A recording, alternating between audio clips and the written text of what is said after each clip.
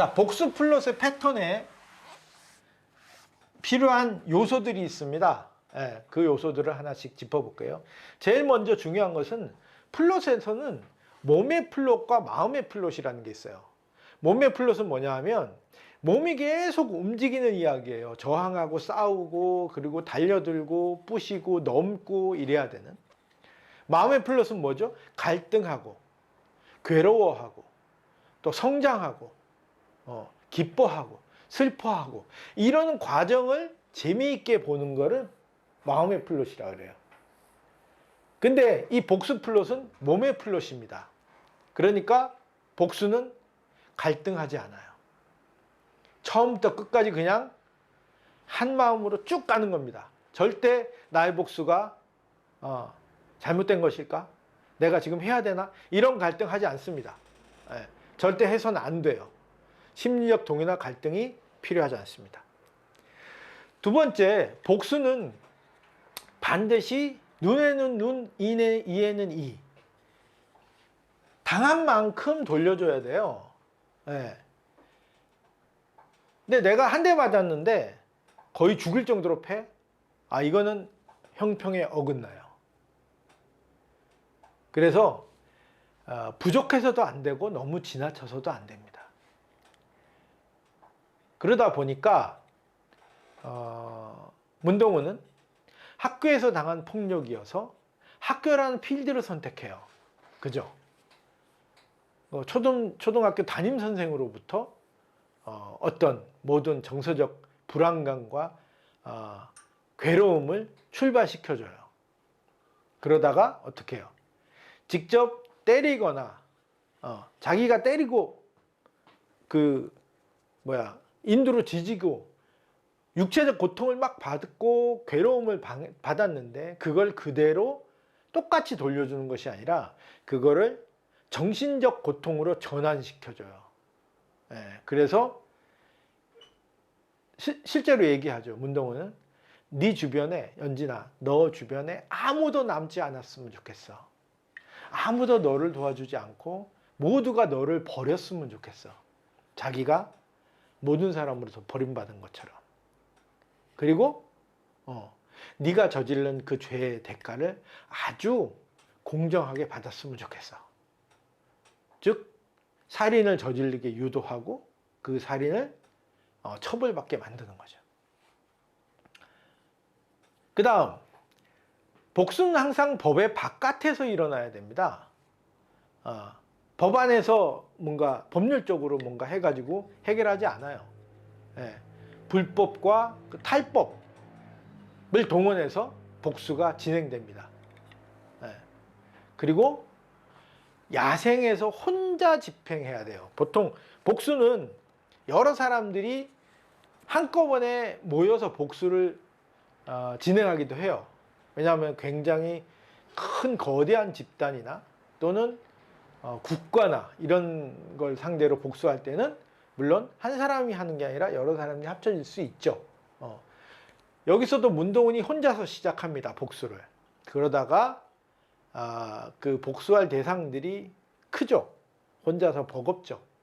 그러니까 피해자들이 공감하면서 연대해 가면서 진행이 됩니다. 그 다음에 복수는 반드시 법에 호소하지만 처음 시작에 복수의 시작은 법에 호소하지만 법으로부터 완전히 무시당하거나 그리고 어떤 정서적 공감도 불러일으키지 못한 상태로 부정당하는 이게 시작입니다. 복수의. 당연히 여기서도 담임의 폭행 그리고 경찰의 수사 포기 이런 것들이 이제 복수의 시작을 알리는 거죠. 그 다음에 범죄를 목격하게 되면 훨씬 더 복수의 그 욕구가 강해집니다. 그래서 관객들에게 문동은이 직접 당하는 모습들을 완전히 목격하게 만들어주죠. 그리고 또 주인공 문동은은 여러 피해자들이 당하는 그런 그 장면들을 실제로 목격을 합니다. 그래서 강한 동력을 갖게 되죠. 그 다음에 복수의 시작은 계획과 추적이다.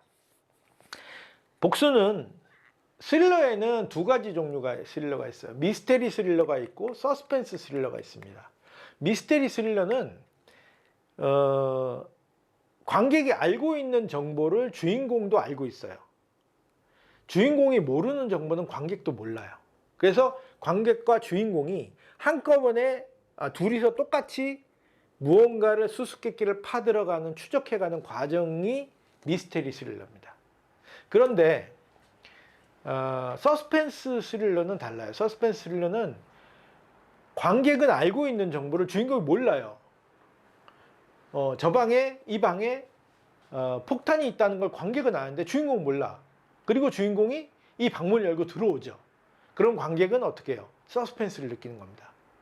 야, 여기 있으면 폭탄이 터지는데 빨리 벗어나, 도망가. 이런 긴장감을 만들어내는 거죠. 그런데 이 복수는 철저하게 서스펜스 스릴러에 해당합니다. 왜 그러냐? 복수는 기본적으로 계획이 있어요. 내가 어떻게 추적해가지고 복수할 대상을 계속 관찰하고 추적해가지고 자, 그 사람이 빠질 수 있는 함정을 만들어 놓고 거기에 빠뜨려서 그 함정에서 허우적대면서 자기가 원하는 결과를 만들어내도록 계획하죠. 근데 이게 왜 서스펜스냐? 관객도 어떻게 이 계획하에 들어갈 것이다 라는 걸 알게 만들어줘요. 근데 그 함정에 빠져야 될 적수가 변수를 만들어서 그 함정으로 들어가지 않습니다. 그러면 어떻게 해요? 거기 들어가야 되는데 들어가지 않으니까 관객도 주인공과 함께 조바심이 나고 새로운 행동과 액션을 시작하게 되죠. 그렇게 해서 어떻게? 긴장감을 유발시키는 겁니다. 즉 그러니까 복수 플롯은 기본적으로 서스펜스에 기대고 있어요. 그래서 추적과 계획이 굉장히 중요하고 그걸 관객들에게 충분히 설명해 줘야 돼요. 문동은 어떻게 추적하죠? 문동은은 자기 방 전체가 추적의 기록이죠. 그렇게 추적하고 또 연진의 딸 예솔이의 담임이 되는 계획을 세우고 관객들한테 알려줍니다. 그리고 담임이 되죠. 그 다음에 복수의 마지막은 대결입니다. 대결은 아까 얘기했듯이 연진과의 정면 대결.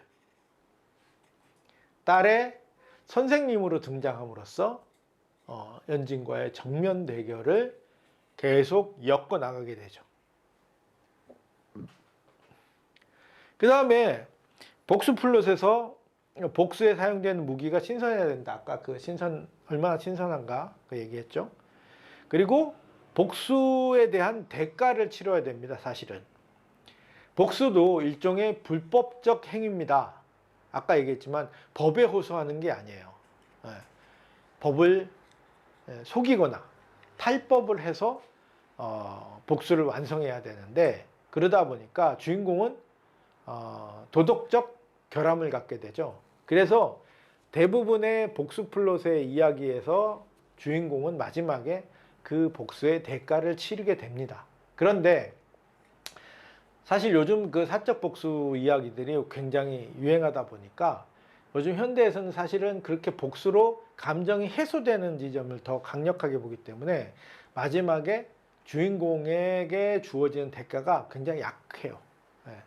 여기서는 근데 뭐 약하다고 볼 수는 없죠. 왜냐하면 문동은이 10년 동안 그 복수에 바친 시간들, 자기의 젊은 날 가장 꽃답고 가장 행복하고 가장 즐거워야 하는 그 젊은 시절 모두 복수에 바칩니다. 그리고 복수가 끝나고 나니까 어떻게 돼요? 자기 인생은 없는 거죠. 그 상실감, 공허한, 아무것도 나한테 복수 외에 아무것도 없었기 때문에 이제는 꿈도 없고 자기 삶의 가치도 없고 목표도 없고 심지어 사랑이 없는지 모르겠지만 사랑도 없다는 느낌을 받게 됩니다. 이거는 굉장히 큰 대가죠. 그래서 그는 어떻게 해요? 그녀는 자살을 계획하죠. 더 이상 자기의 삶의 목표가 없어진 이상 더 살 필요가 없다고 생각하고 자살을 계획합니다. 자, 이렇게 복수 플롯에서 필요한 여러 가지 상황들을 제가 점검을 해드렸어요. 자, 그 플롯에 대해서는 많은 책들이 있고 그 플롯의 조건이나 플롯의 어떠해야 된다라는 걸 설명하고 있는 책자들은 많기 때문에 그거를 한번 살펴보시면 복수 플롯에서 뭘 채워야 되는지 아실 수 있습니다. 제가 간단하게 이 작품을 통해서 어떤 부분들이 채워져야 되는지 말씀을 드렸어요. 자, 그러면 이 메인 플롯은 그렇게 얘기가 정리가 됩니다. 그러면 두 개의 서브 플롯이 있다고 그랬죠. 하나는 현남, 하나는 주여정. 주여정의 플롯은 역시 복수입니다. 그죠? 주여정의 플롯은 역시 복수니까 주여정이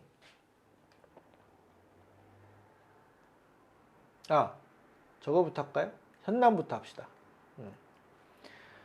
현남은 복수가 아니고 구출이라고 그랬죠. 구출.